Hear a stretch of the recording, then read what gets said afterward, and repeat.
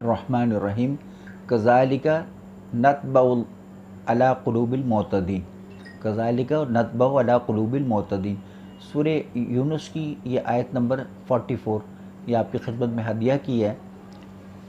اس کا مطلب یہ ہے کہ اللہ حد سے گزر جانے والے لوگوں کے دلوں پر مہر لگا دیتا ہے۔ اب اس آیت کریمہ کا مفہوم کیا ہے؟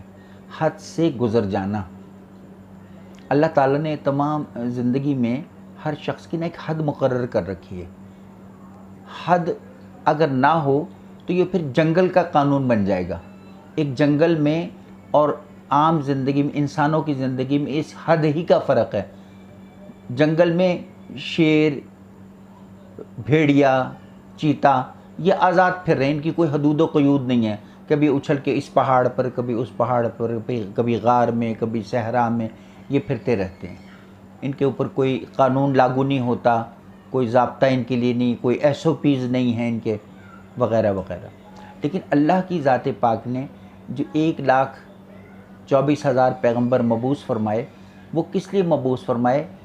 کہ تاکہ لوگ اپنی حدود میں رہنے کا، اپنی حدود، پیغمبروں نے حدود کا تعین کیا تاکہ لوگ اپنی حدود سے باہر نہ نکلنے پائیں۔ دیکھیے کہ سڑکوں پر آپ ٹریفک کی لائنز لگی ہوتی ہیں، لینز بنی ہوئی ہیں، تو اس میں کس لیے لینز بنائی جاتی ہیں؟ تاکہ ٹریفک اپنی حدود میں رہے۔ زیبرا کراسنگ کس لیے؟ اپنی حدود میں رہنے کا نام ہے۔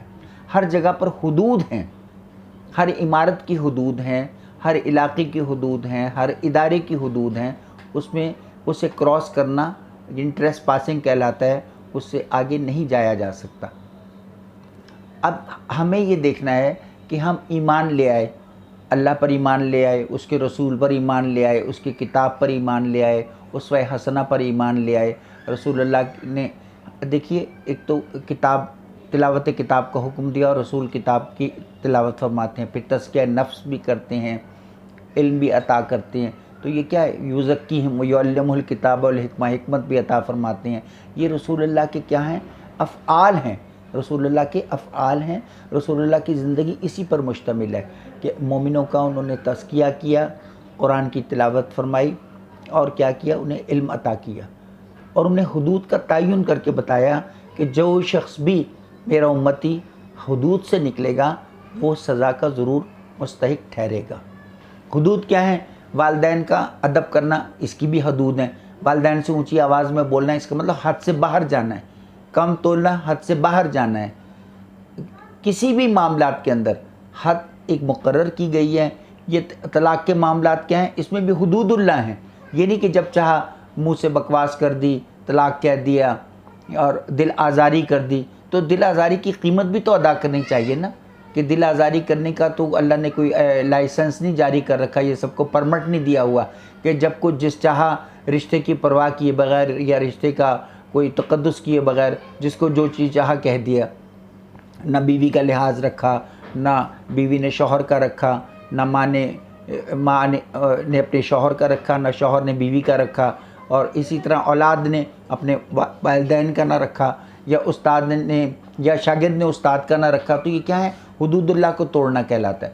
یہ تمام زندگی کے معاملات زندگی ہیں، اس میں حدود ہی تو ہیں۔ جو آدمی کم توڑ رہا ہے، اس کا مطلب وہ حدود اللہ کو کراس کر رہا ہے۔ جو ذخیرہ اندوز ہے وہ حدود اللہ کو کراس کر رہا ہے۔ جو بھی مافیاز ہیں، کسی کے پلاٹ پر قبضہ کر رہا ہے، وہ بھی حدود اللہ کو کراس کر رہا ہے۔ جو شریعت میں لوگوں کے وراثت کے حصے نہیں دے رہا ہے، وہ بھی حدود اللہ کو کراس کر رہا ہے۔ کسی کی دل آزاری کر رہا ہے، ہمسایوں کے حقوق کو سلب کر رہا ہے، اپنے گلیوں میں تھڑے ناجائز بنا رہا ہے، گندگی پھیلا رہا ہے، یا معاشرے کو گندا کر رہا ہے بری عادات کی وجہ سے، بری چیزوں کو، یعنی رسم و رواج کو فروغ دے رہا ہے، بدعتوں کو پھیلا رہا ہے، تو یہ سب کیا؟ یہ حدود اللہ کو پھیلانا ہے۔ تو اللہ فرما رہے ہیں کذالک یطبع علی قلوب المعتدین، میں تمام یہ جو معتدین ہیں نا، حد سے گزر جانے والے لوگ، ان کے قلوب پر مہر لگا دیتا ہوں۔ جب مہر لگاتا ہوں تو یہ بالکل نہ آنکھیں ہیں لیکن دیکھتے نہیں ہیں، کان ہیں سنتے نہیں ہیں، تو اسی طرح سے ان کے قلب ہیں لیکن بات کو سمجھتے بھی نہیں ہیں۔ کتاب اللہ کی طرف تو ذرا سا دیکھتے بھی نہیں ہیں، احادیث کا انہیں بالکل بھی علم نہیں ہے، یعنی علم سے بے بہرا لوگ رات دن صرف کسی مشقت میں گزار رہے ہیں یا کسی شوق دولت میں گزار رہے ہیں زندگی کو، کہ یعنی حل من مزید کی طرح، کہ دولت میں جس طرح دوزخ جہنم پکارے گی حل من مزید، تو ان کا بھی نعرہ یہی ہے، ان کا موٹو آف لائف یہی ہے، حل من مزید کا مطلب ہے دولت تو مزید آ میرے پاس، ابھی کمی ہے، میرا پیٹ نہیں بھرا لالچ سے ہوس سے، تو میرا پیٹ تو اور بھر، خواہ وہ حرام کی کمائی سے بھر، ناجائز کمائی سے بھر۔ تو یہ تمام لوگ کیا ہیں؟ حد سے گزرنے والے لوگ ہیں۔ ہر شخص اپنا صرف یہ جائزہ لے کہ کیا وہ اپنی گفتگو میں، اپنے اعمال میں حد سے تو نہیں گزر گیا۔ حد سے گزرنا اس کو کہتے ہیں کیا اس نے کسی کے حقوق کا خیال رکھا یا نہ رکھا۔ جہاں کسی کے حقوق کا اس نے خیال نہیں رکھا، اس کا مطلب وہ حق سے، حدود سے اپنی گزر چکا ہے، تو اس کا شمار بھی کیا ہے؟ معتدین میں سے ہے، حد سے گزر جانے والے لوگ۔ اللہ تعالیٰ ان کو ایک تو پسند نہیں فرماتا، دوسرا یہ کہ ان کے قلب پر مہر ہی لگا دیتا ہے۔ مہر لگانے کا مطلب وہ جس اندھے پن کا شکار ہیں وہ اندھے ہی اٹھائے جائیں گے اور اندھے ہی اس دنیا سے جائیں گے، اور دنیا میں جب تک رہیں گے اندھے ہی رہیں گے، چونکہ ان کا شمار کس میں ہو گیا؟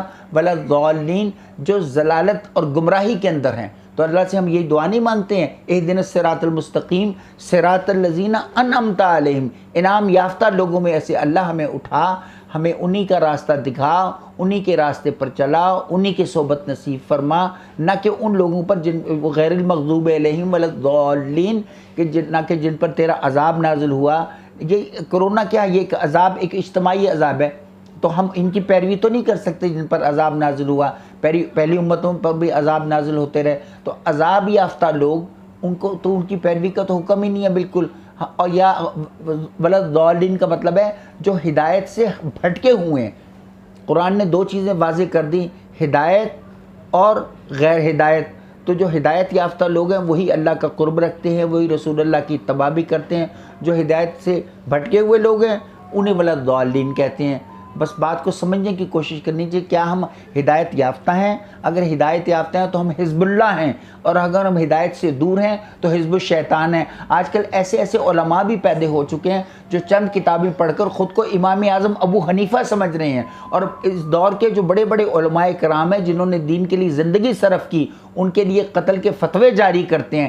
ایسے لعنتی نام نہاد علماء کے لیے اللہ تعالیٰ نے مذمت کا حکم فرمایا ہے۔ یعنی ابھی میں سن کر حیران ہو گیا کہ ایک انجینئر محمد علی مرزا نام کا شخص جو ہے وہ اتنا ملعون نکلا کہ اس کی میں نے خود آواز میں سنا، اس نے کہا کہ پاکستان کے دو جید علماء کرام، تو اس نے نام لے کر کہا کہ جناب مولانا الیاس قادری امیر اہل سنت، ان کو، یا حضرت مولانا شیخ الاسلام حضرت طاہر القادری کو، یعنی دونوں میں سے کسی ایک کو شہید ہونا چاہیے۔ وہ اب گرفتار تو ہو چکا ہے، لیکن ایسے ملعون کیسے عالم کہلا سکتے ہیں جو دوسرے علماء اکرام جنہوں نے ساری زندگی کھپا دیا، امیر اہل سنت نے اپنی ساری زندگی اسلام کی اشاعت میں صرف کی، رسول اللہ کی محبت میں صرف کی، ہماری جانیں بھی ان پر قربان ہیں۔ ایسی ہستیاں کہاں نصیب ہوتی ہیں پاکستان کو؟ پاکستان میں اگر کوئی بچت ہوئی بھی ہے یا کوئی اللہ کا رحم ہے تو ایسی ہستیوں کے سائے کی بدولت ہے جن کا نام حضرت مولانا الیاس قادری ہے۔